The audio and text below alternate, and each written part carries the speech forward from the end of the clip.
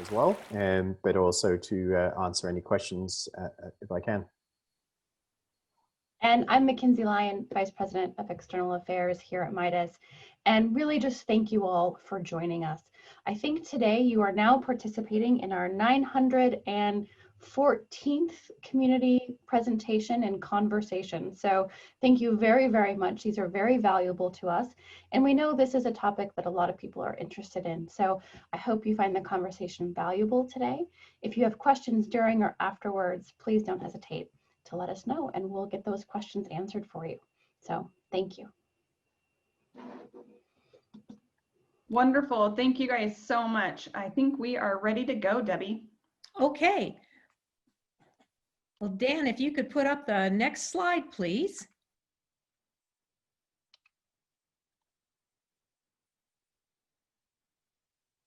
And go to the next one. I'm going to give you everyone a really broad overview of what financial assurance is about. And there are two terms that we're going to be talking about today, kind of interchangeably: financial assurance, excuse me, and a reclamation bond. A financial assurance is a form of a guarantee to provide funds to ensure that a project is going to be completed. And financial assurance isn't unique to the mining industry. Other kinds of projects need financial assurance. For example, a chemical company doing a cleanup would provide financial assurance to guarantee that they're capable of performing that cleanup, to be able to pay for closure, post-closure care and maintenance, and any ongoing corrective measures if something goes awry. A reclamation bond is specific to the mining industry. A reclamation bond is the financial assurance that a mining company provides to a regulatory agency, either a state or federal regulatory agency, or sometimes they co-manage the reclamation bond.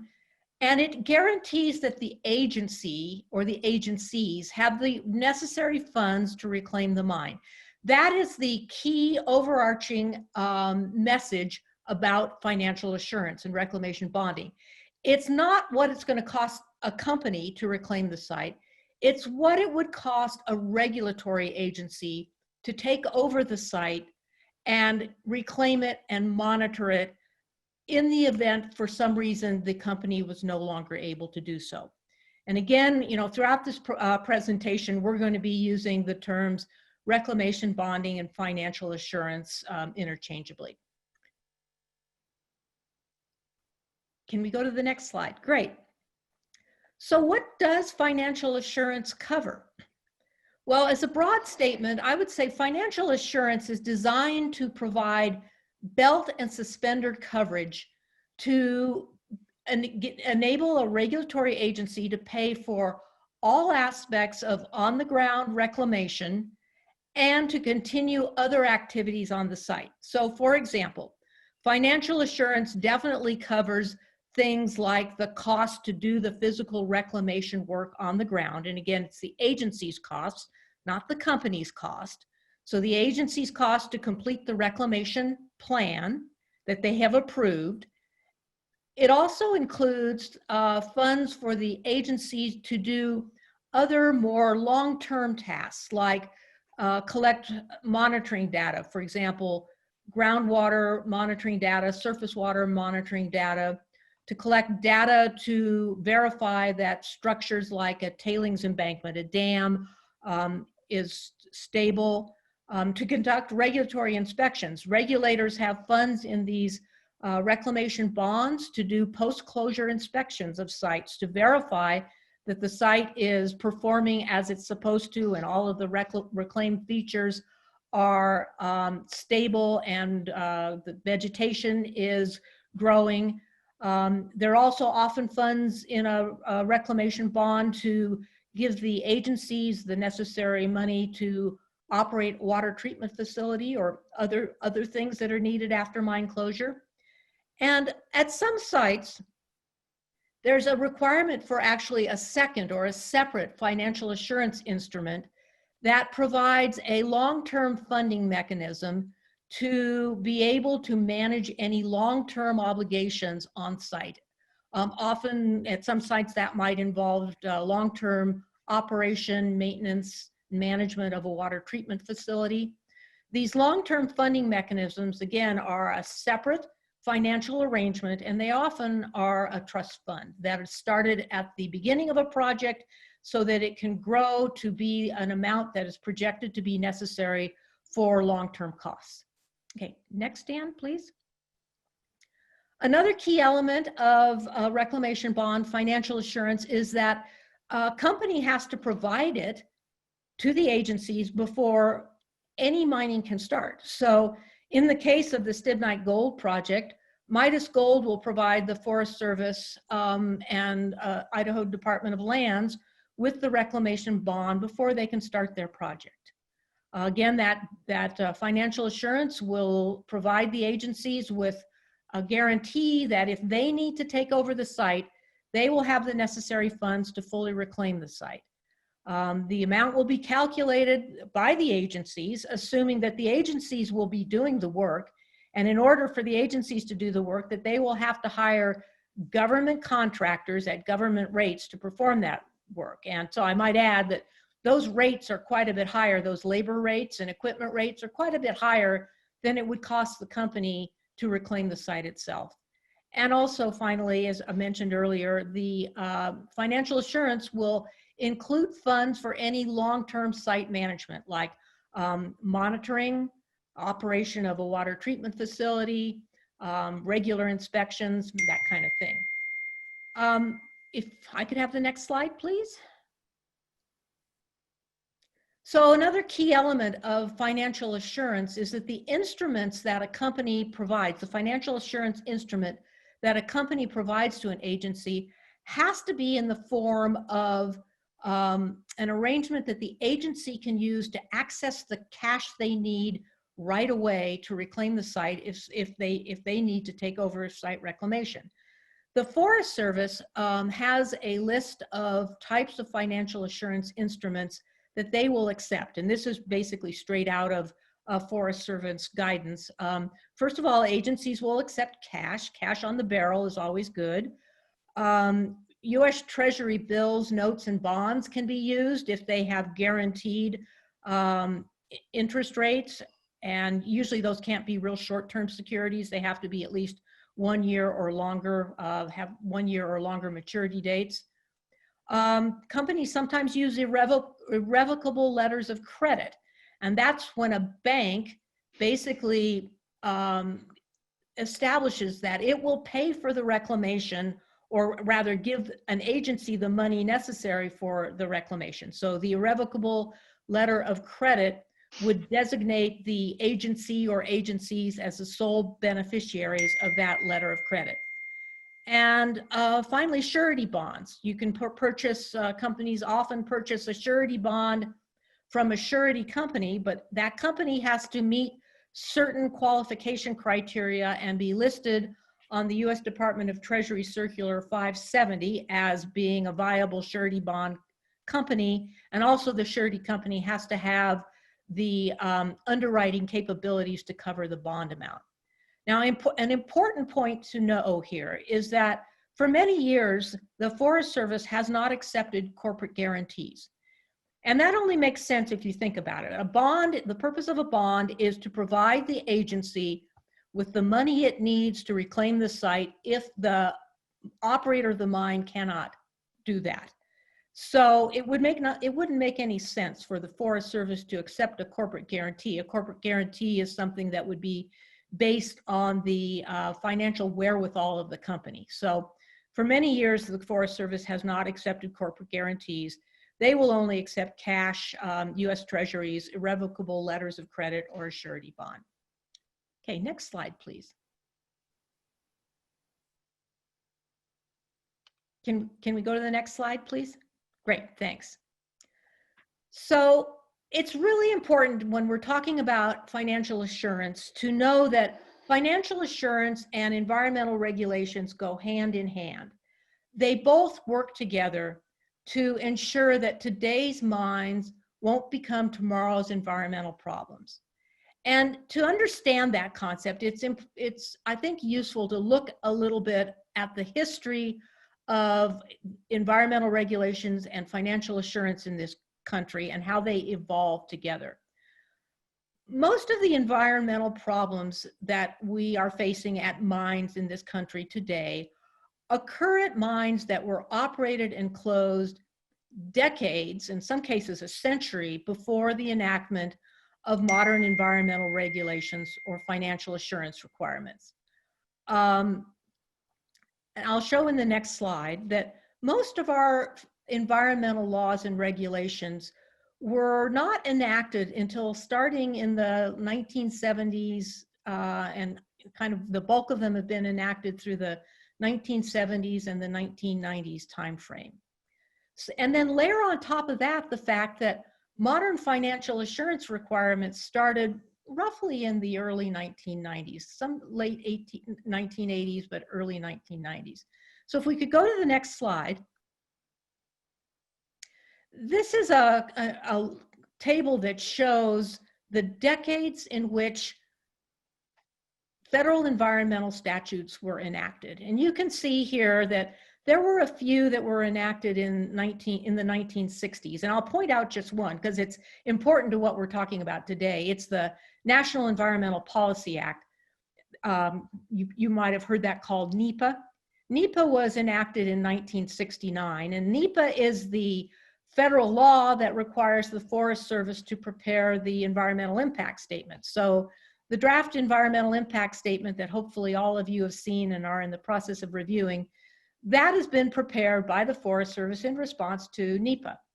But as this chart shows, the bulk of our environmental laws in this country were enacted in the 1970s and the 1980s, with a handful in later than that. I'll add that depending on the site characteristics of a mine, where it's located, the climate, the topography, many of these regulations apply to most mining operations. Can we go to the next slide? This is just a very quick map to kind of give us a frame of reference on when mining started in this country. And let's just look at Idaho because that's where we're located for this project. You can see the Stibnite project started in 1890. Idaho's famous Coeur d'Alene Silver District started in 1889.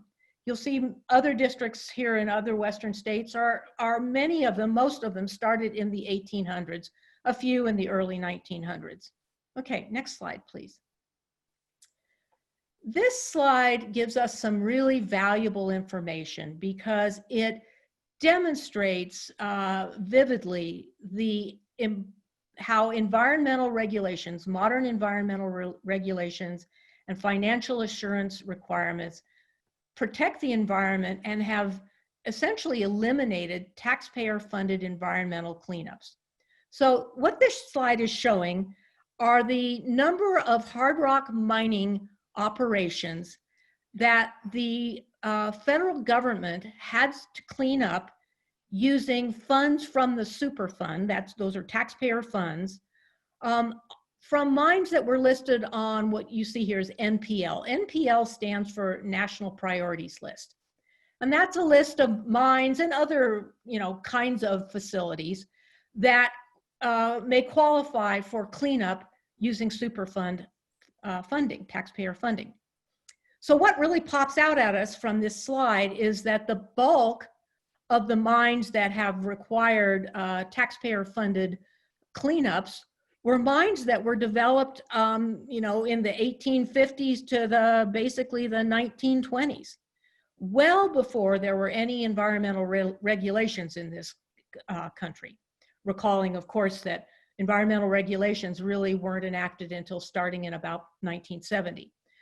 A really interesting other piece of information that pops out from this graph is take a look at the 1940s to 1960s timeframe. And you'll see there's a secondary peak of mines that were reclaimed that had to be remediated using taxpayer funds.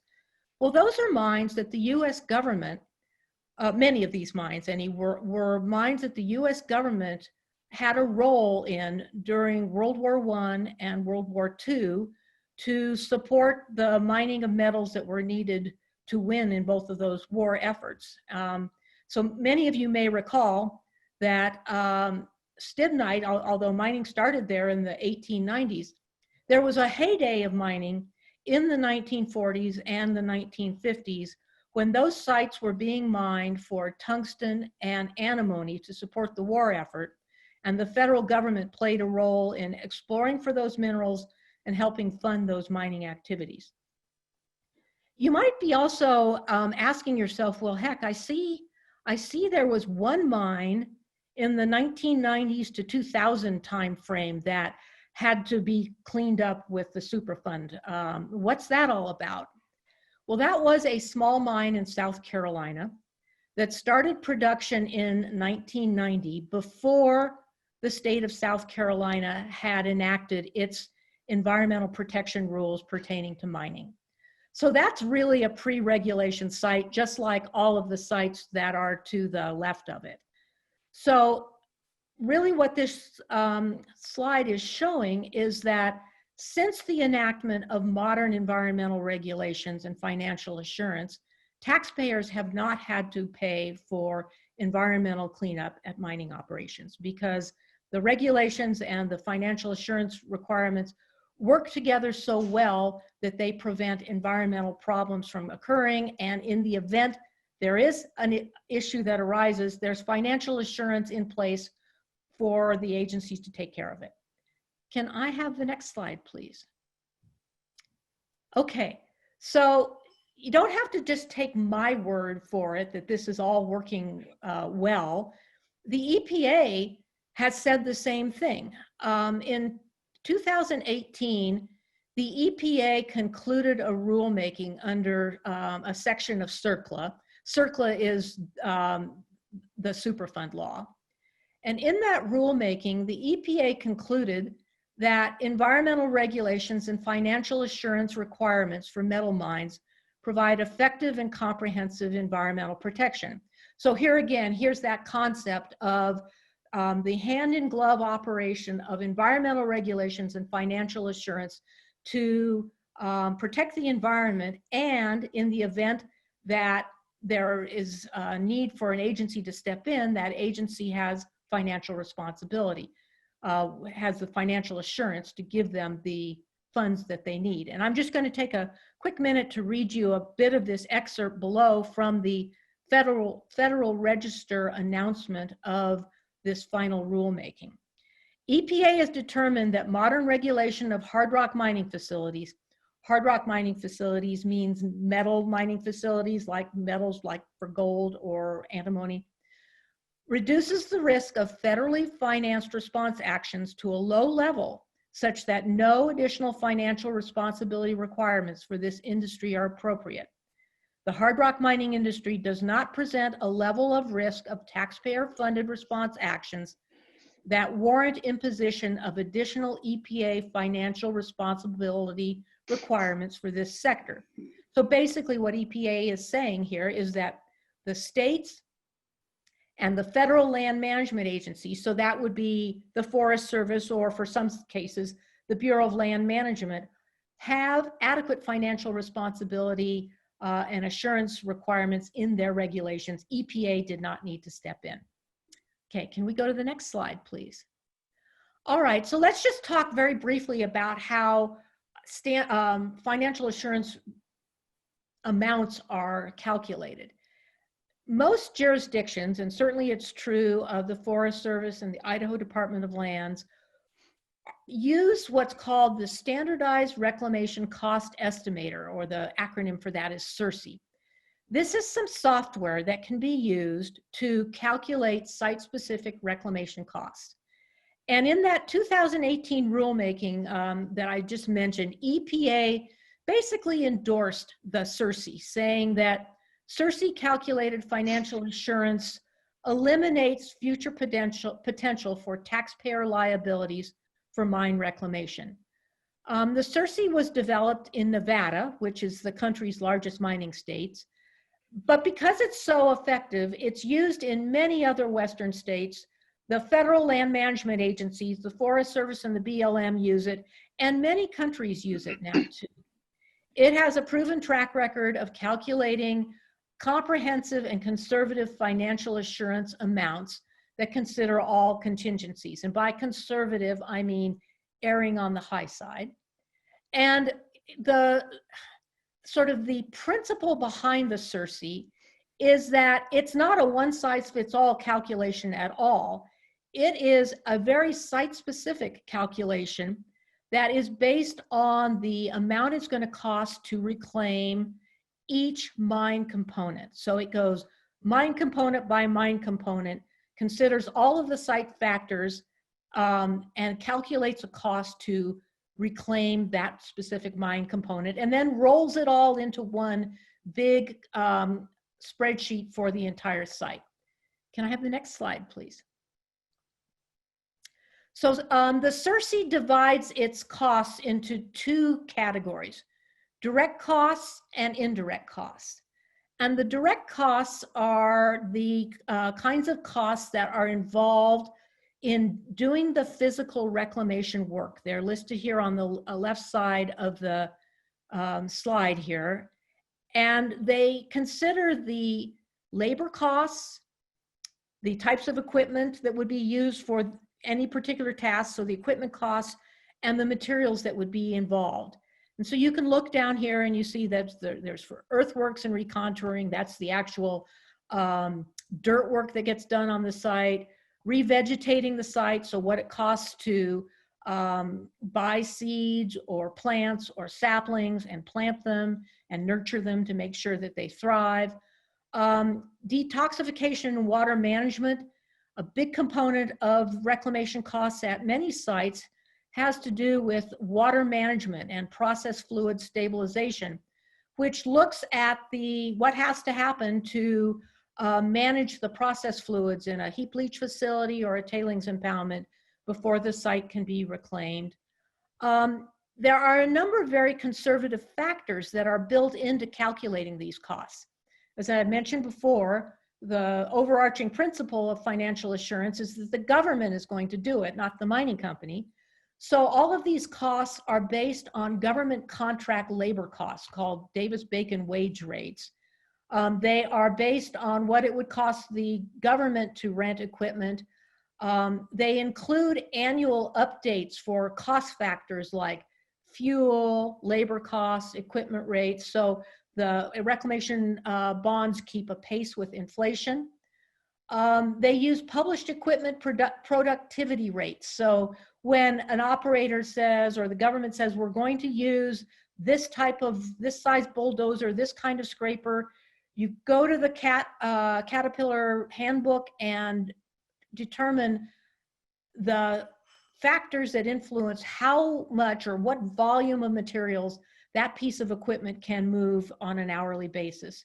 And also they include costs to actually transport that fleet of reclamation equipment to a site and then demobilize that fleet of equipment. Next slide, please. So the second category of Cersei costs are the indirect costs. And you can see those listed on the left-hand side of this table. The takeaway from this slide is that the indirect costs cover the agency's markup, the agency's cost to manage the reclamation effort. And as a going, going order of magnitude estimate, it is typical for the agency markup cost to add between 30 to 40% on top of what the direct costs are for the agency to reclaim this, the site. So for example, if you had a site with total direct costs of $100 million, and there are a number of large mines in Nevada that have O&M direct costs of $100 million, then you're looking at another $30 to $40 million on top of that the company has to supply as part of its financial assurance to give the agency the resources it would need to perform and manage the reclamation effort. And you can see that for some of the indirect cost components like the engineering, design, and construction plan that might be necessary to develop by a agency, by a government contractor to reclaim the site, or a contingency factor. Those are variable based on the operating and management costs. And some of these are fixed costs. But again, the indirect costs add a very significant amount to the overall financial assurance cost. Okay, next slide. I'm going to now ask Ben Davenport, the Executive Director of the Idaho Mining Association, to give us an update on what's happening with Idaho's reclamation regulations. Thank you, Debbie. Ben Davenport with the Idaho Mining Association. I think that presentation there, Debbie, was very valuable in helping us understand the how and the what of what goes into some of these financial assurances. I'm just going to briefly go over at a very high level what kind of transpired with our association over the last couple of years that led to some of the changes we've seen here in Idaho to try and modernize our financial assurance statute.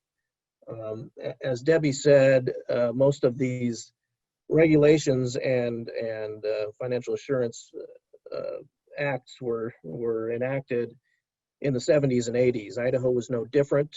We adopted our Surface Mining Act in 1971. It created a framework for reclamation and financial assurance for proposed mines here in Idaho. Since that time, there were very few changes in the 50 years in between then and now. Why the now? I guess from IMA's perspective, a few things. One, industry has changed significantly in the past 50 years, and certainly current bonding thresholds that we had in our statutes and rules were likely not adequate to fund any reclamation if a project were to run into some problems. So between that and regulatory and industry standards evolving and this CERCLA rulemaking that was going on, the Idaho Mining Association thought it was appropriate to have the industry support changes to modernize our statute here in Idaho. On top of that, we had some real regulatory gaps that were identified in that EPA rulemaking that we felt it was important to try and close the loop on as well. So as a group, the Idaho Mining Association got together internally. We identified some of the areas we thought were necessary to address in Idaho statute and rule. At that point, we solicited input from regulators, both federal and state, and input from the NGO community as well, to see what their ideas might be on financial assurances as well. We brought in a consulting firm to do a review of 8 other Western mining states and kind of tell us what other states were doing in this effort and try and help us identify ways that Idaho can do a better job. We then socialized our ideas and started drafting House Bill 141, which we then pushed for its approval in the legislature in the 2019 legislative session. The main goals, I think, for the Idaho Mining Association, as well as others that were involved throughout that process in 2018, the main goals, I think, for House Bill 141, we identified 4 of them.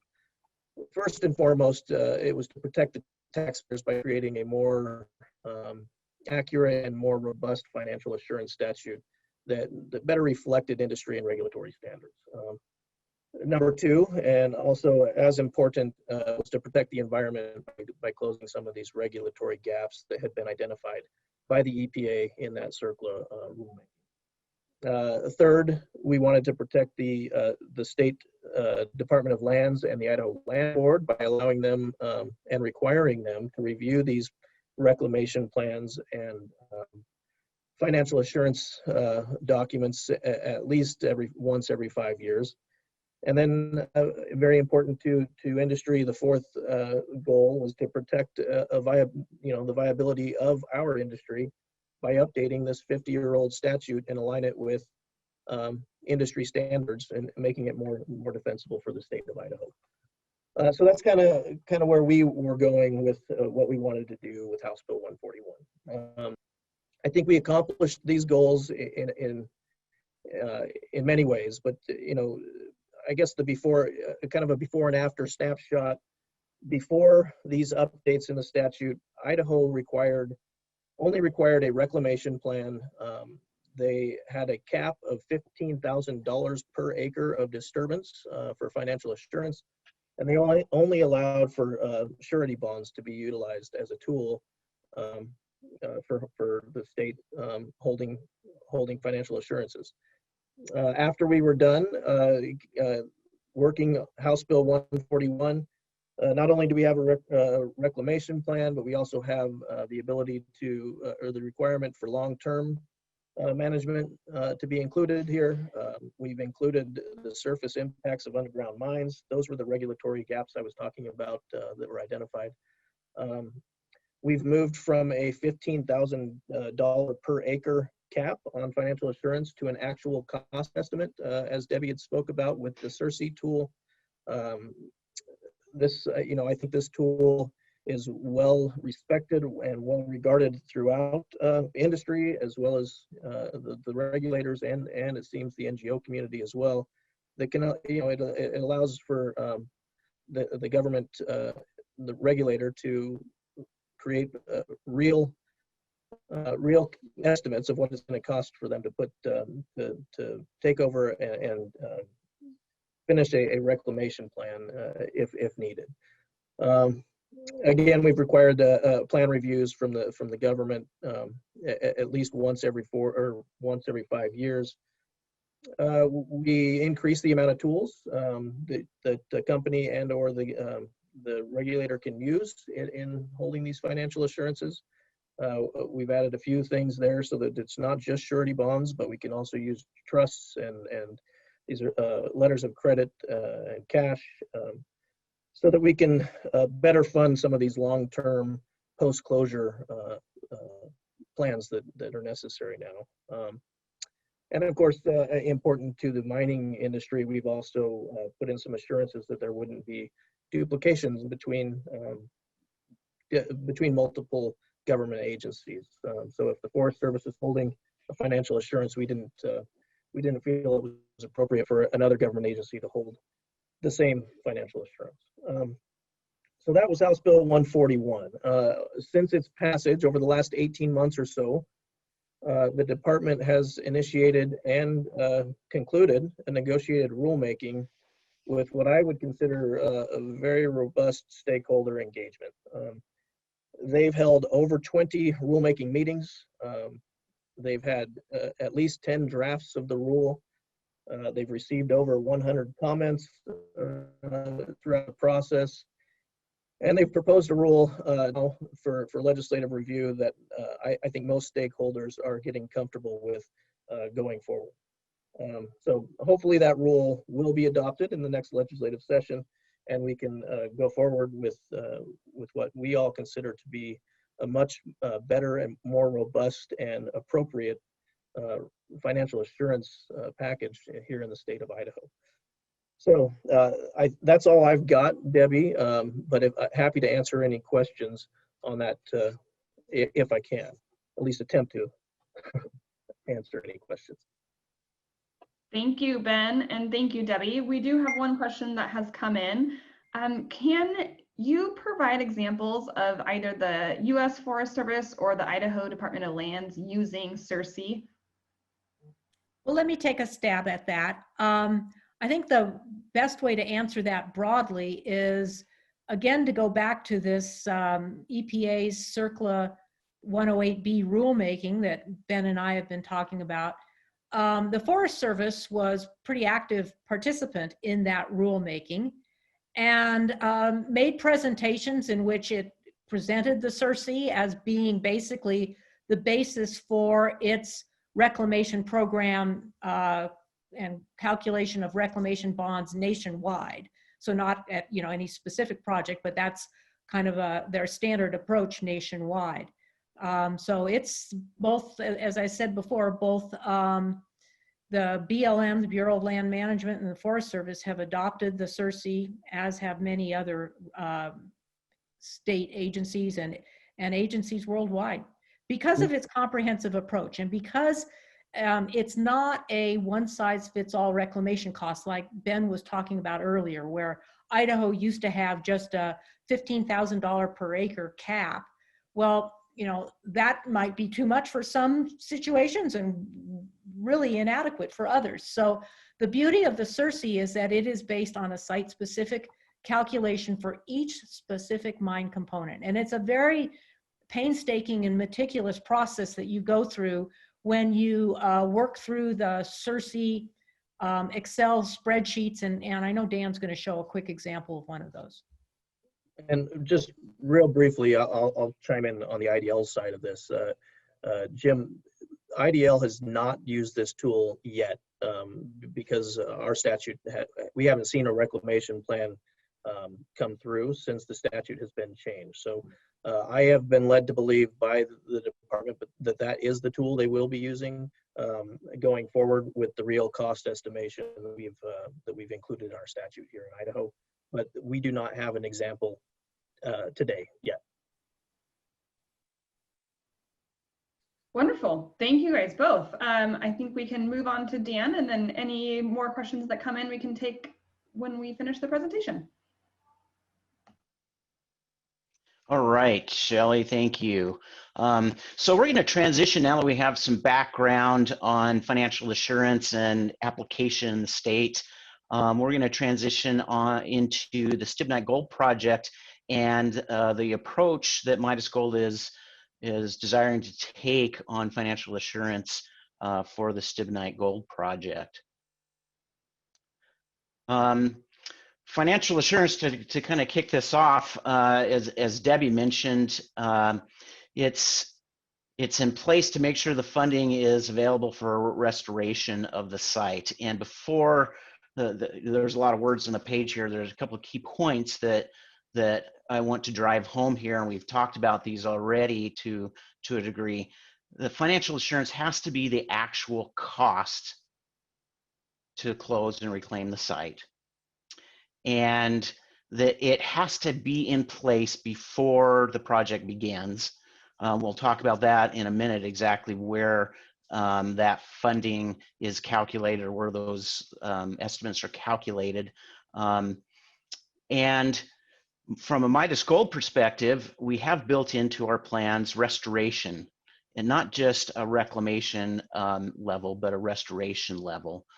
We want to do this in a phased approach where we review this regularly, at least every 5 years, in accordance to the statute that's being developed by Department of Lands.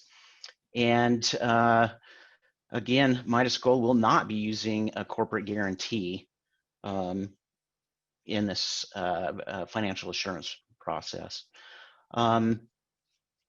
The slides is probably familiar to some. We've shown it before. There's we look at this as a difference between reclamation and restoration, and we recognize that financial assurance must be calculated by the state and federal agencies or the regulators, and it has to be based on the approved reclamation and closure plan. So as we go through the NEPA process, the reclamation and closure plan is vetted and validated by federal agencies, and it's also submitted to State Department of Lands and has to be approved by the State Department of Lands.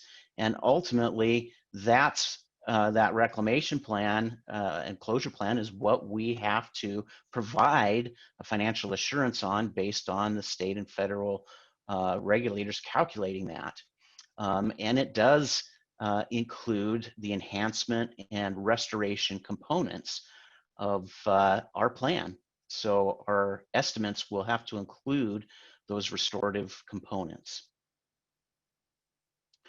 As far as where does financial assurance happen in the timeline, and This flow chart is a flow chart of the NEPA process that we're currently in.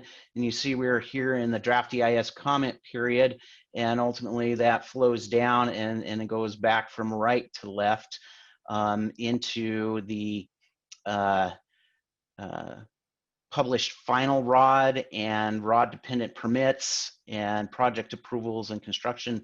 And you can see here in this blue box, financial assurance starts to be calculated here once we have a federal decision. Once a preferred alternative is identified and a federal decision is made and a record of decision is published. And that's important because then we know what components are in the plan, what mitigative components are in the plan, and all of the nuances that have to be calculated and added into the Cersei models for developing the calculation for financial assurance.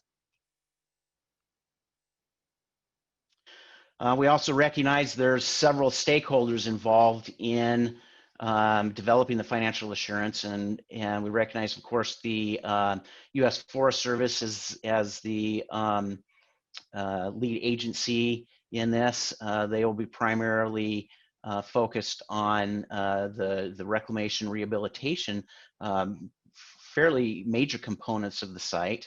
But we also know that the Department of Lands has to identify sufficient bond for reclaiming the land. So they have to understand and also agree that whatever level is calculated for that estimate is agreeable for both the Forest Service and Department of Lands.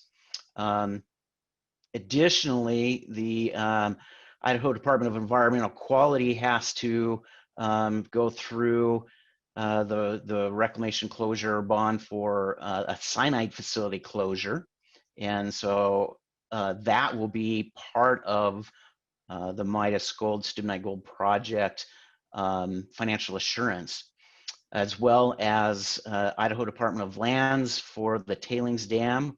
And ultimately, the Army Corps of Engineers will have a component of that for financial assurance on the compensatory mitigation. So there is quite a few players involved in the financial assurance approvals and calculations. Debbie's alluded to the standardized reclamation cost estimator, Cersei model. We recognize that as a fantastic tool and anticipate using that with Forest Service and Department of Lands in calculating estimates for financial assurance. It's helpful for both regulators and for the actual operators of the mine. We can use this tool for other things like calculating internal costs for reclamation and liabilities for reclamation. The Cersei model uses basically two basic components. We utilize unit costs, which are local, up-to-date costs, and those can be modified from time to time for escalation of unit costs over time. And then we multiply that by the reclamation quantity multiplier. So things like acres or volumes of material or length of power line, whatever those quantities are, we can multiply, the Cersei model multiplies that by the unit cost and then develops a total cost for each component. And so it's very handy in that we can tailor those costs for site-specific reclamation and restoration components. And we'll talk about a couple of these examples of unit costs and reclamation quantities in the next few slides. So let's talk about first the phased approach. We recognize that Cersei encompasses all phases of the project, from pre-mining, construction, operations, through closure and post-closure. And the financial assurance estimates for the Stibnite Gold project, they could be estimated for several logical time steps. For instance, end of construction and 3-year time steps throughout the mine life. And that's kind of the approach we're looking at taking for calculating these financial assurance estimates. So the question is, what does this look like graphically? And we've put that into this chart to show what those time steps might look like. And so this would be on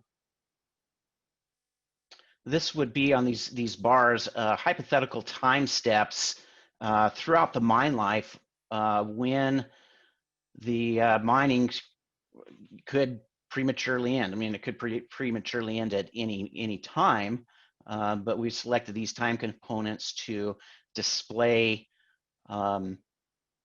these ideas. So we have 5 different time steps here.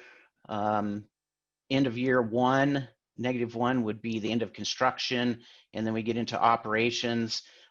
We see this construction in gray, operations in the gold color, and reclamation and closure time components in the green, and post-closure.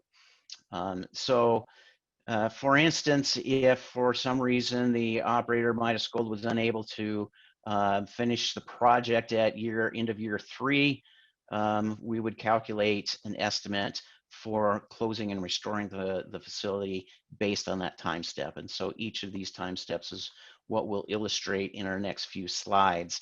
We recognize that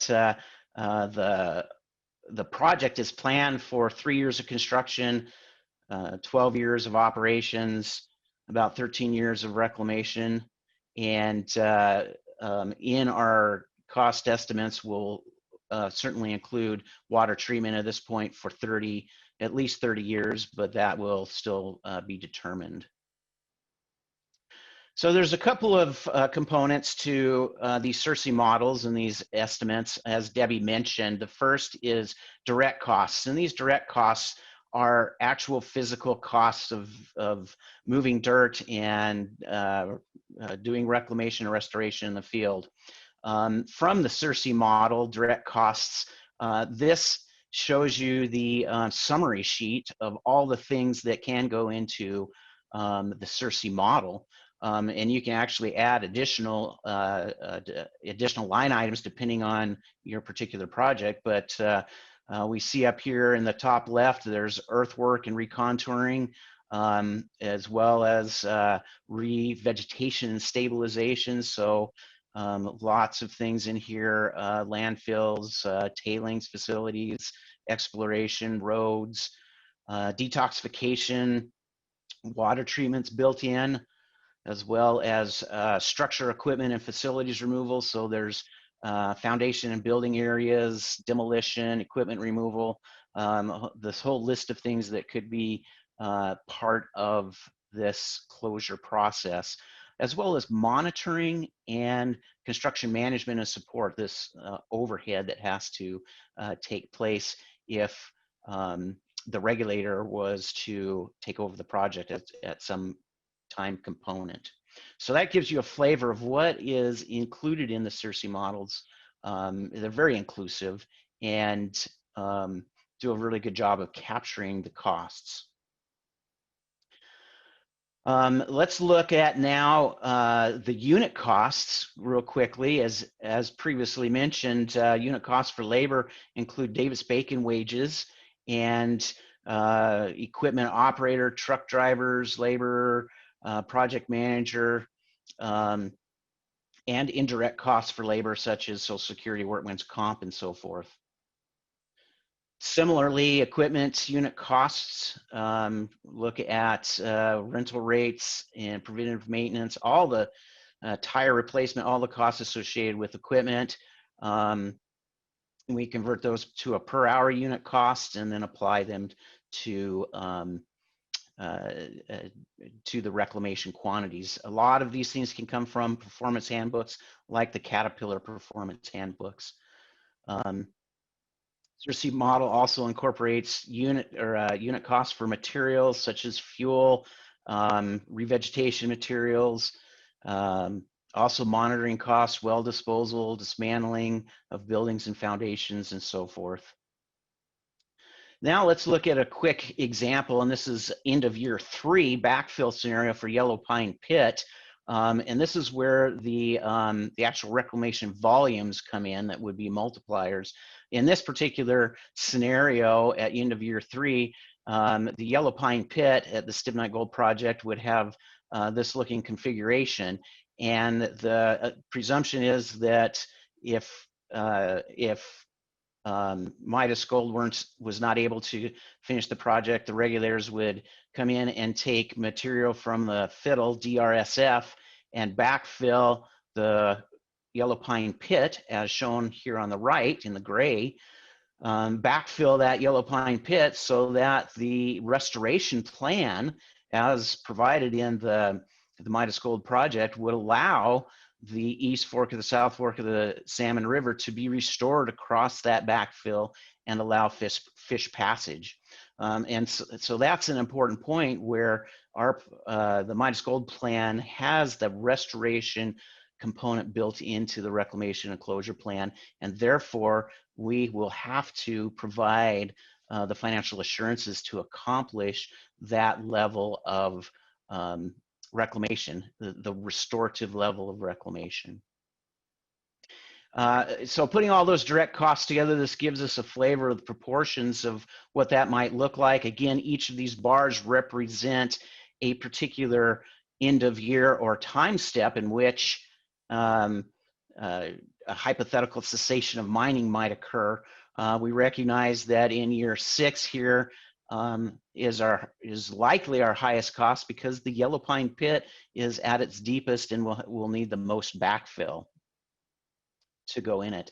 Also to note, the blue along the bottom is the water treatment component, and that's calculated out for the water treatment capital cost in light blue because there will be some additional capital costs for water treatment after cessation of mining, and also the operations and maintenance cost for that water treatment long term. And then I'm kind of plowing through this quickly for the sake of time. And then we go into indirect costs, and indirect costs are largely driven from the Forest Service Guide for Reclamation and Bond Estimating, April 2004, as we see on the right here. And this includes really what we might consider agency markup, or the cost that might add 30 to 40% to a financial assurance. And those are costs for engineering and design, costs for the agencies to oversee and administer the project, and the costs for contractors, profit, overhead, insurance, and performance. And Cersei incorporates these costs as a percentage of the direct costs. So we calculate those direct costs and then apply the applicable percentage of indirect costs to calculate and add to the overall total. And in doing that, and because of that, we recognize that the mine operator, by maintaining and finishing the project, can do that much cheaper, much less cost than having the state or federal government come in and do the closure. This is a quick snapshot of the Cersei Model indirect cost worksheet, and it calculates all of these ranges of cost depending on the particular percentage that's applied to it.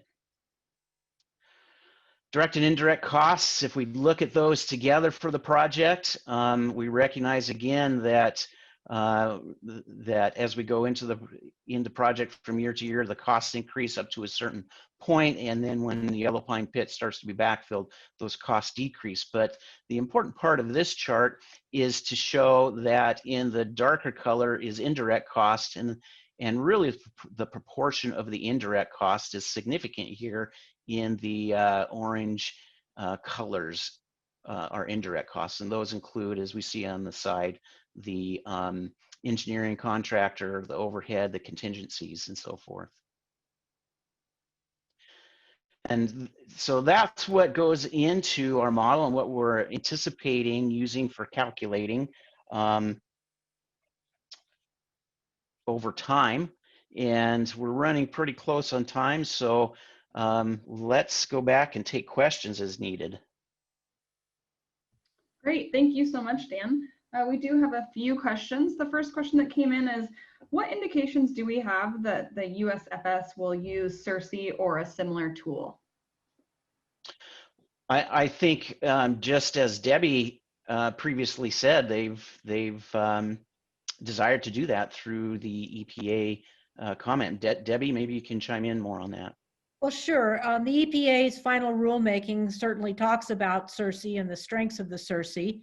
I know the Forest Service has used Cersei to calculate financial assurance requirements at a couple of Alaska mines. And I know we've got Jeff Parsley participating in this webinar. Jeff, are you available? I know you've had some involvement with some of those Forest Service projects.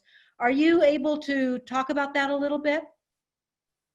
Well, yeah, Debbie, they definitely have been using Cersei on a number of mines up in Alaska, where the Federal Land Management Agency was the Forest Service. Donlin Creek, Red Dog, Pogo, Greens Creek. I know I'm missing one. Fort Knox. I think those are a couple that I can think of right off the top of my head.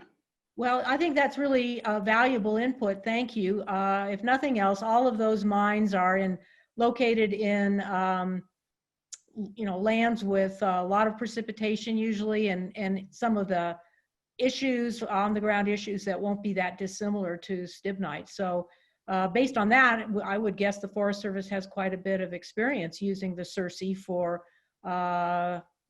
mines that are not that dissimilar to stibnite gold. Wonderful, thank you. And then we had one other question. Did Midas Gold find it surprising, or were they surprised by the changing in legislation that Ben referred to earlier? I'll take that, Shelley. So this is Mackenzie with Midas Gold. And that's a great question, but no, we weren't surprised at all.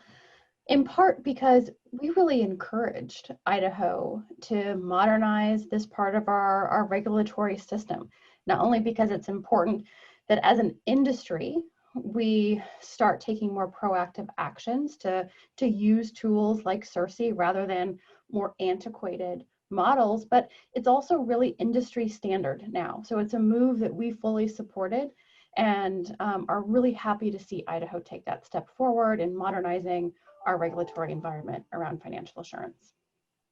And I would just add to that, I mean, the Cersei is a proven method for calculating financial assurance requirements. It's been in use in Nevada for a long time and in many other places for quite a while. But here in Nevada, this is where I live, we have a very robust financial assurance program that the agencies have used to calculate financial assurance requirements for many, many mines. And it's worked really well. And, I think it's terrific that operators in Idaho took the initiative to work with state legislators to update your financial assurance requirements so that they basically more or less mirror Nevada's. Wonderful, thank you. Debbie, I stand corrected. Sarah Shoemaker notified me that she said that the only one that was Forest Service that I listed was Greens Creek. I apologize. I was certain Donlin at least was as well, but. Okay, thanks for that clarification, Jeff. All right, well, thank you guys very much. We are 4 minutes over time on what we promised all of you guys, and in respect for your guys' time, we will go ahead and end it here. Thank you guys so much for giving us an hour of your day. We know that Zoom is probably something that you're on more often than not these days, and we appreciate you taking the time to be with us.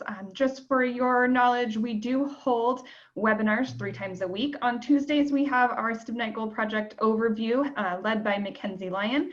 And on Wednesdays, we just open it up for about 30 minutes for you to call in and ask any questions that you have on our project. And on Thursdays, we do a deeper dive into certain specific areas of our project. Next week, we are going to be talking about alternative 2, which is our preferred alternative in the draft EIS, and kind of going into more detail on why that is our preferred alternative and what all it entails. So we encourage you to jump on and register for that presentation if it interests you. And again, thank you so much for your time. Thank you, Debbie. Thank you, Ben. And thank you, Dan, for this fantastic presentation. I think it was great, and I hope you guys all have a wonderful day. Yeah, thank you everybody for joining us today. Yep, thanks. That was great. Thanks for having us, guys. Yep.